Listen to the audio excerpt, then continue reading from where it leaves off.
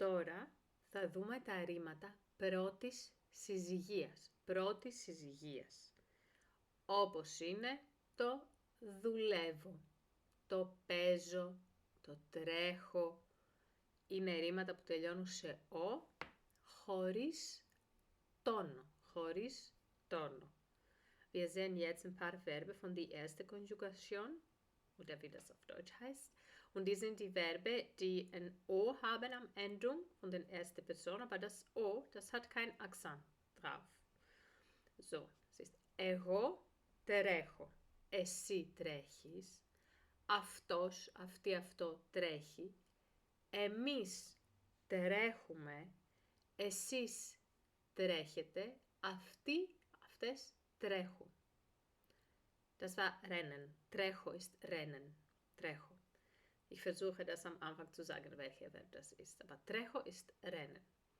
Jetzt machen wir arbeiten. Δουλεύω. Εγώ δουλεύω. Εσύ δουλεύεις. Αυτός, αυτό δουλεύει.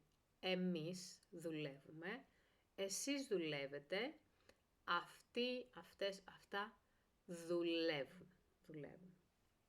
Spielen ist genau dasselbe. Spielen, παίζω. Παίζω, παίζεις, παίζει. Παίζουμε, παίζετε, παίζουν. Andere Verben, die genauso sind. Reisen. Ταξιδεύω, ταξιδεύεις, ταξιδεύει. Ταξιδεύουμε, ταξιδεύετε, ταξιδεύουν. Φτιάχνω. Machen. Φτιάχνω. Schwieriges Aussprache. Φτιάχνω. Φτιάχνω. Φτιάχνεις. Φτιάχνει. Φτιάχνουμε. Φτιάχνετε. Φτιάχνουν.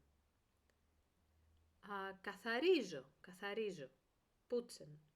Καθαρίζω. Καθαρίζεις. Καθαρίζει. Καθαρίζουμε. Καθαρίζετε. Καθαρίζουν. So, das ist es bis jetzt. Und es gibt noch andere Verben wie ποτίζω, gießen, μαθαίνω, lernen, φροντίζω, sich kümmern um etwas, φροντίζω, kümmern. Und noch mehr Verben, dass wir entgegenkommen sollen, weiter in unsere Unterrichtsstunden.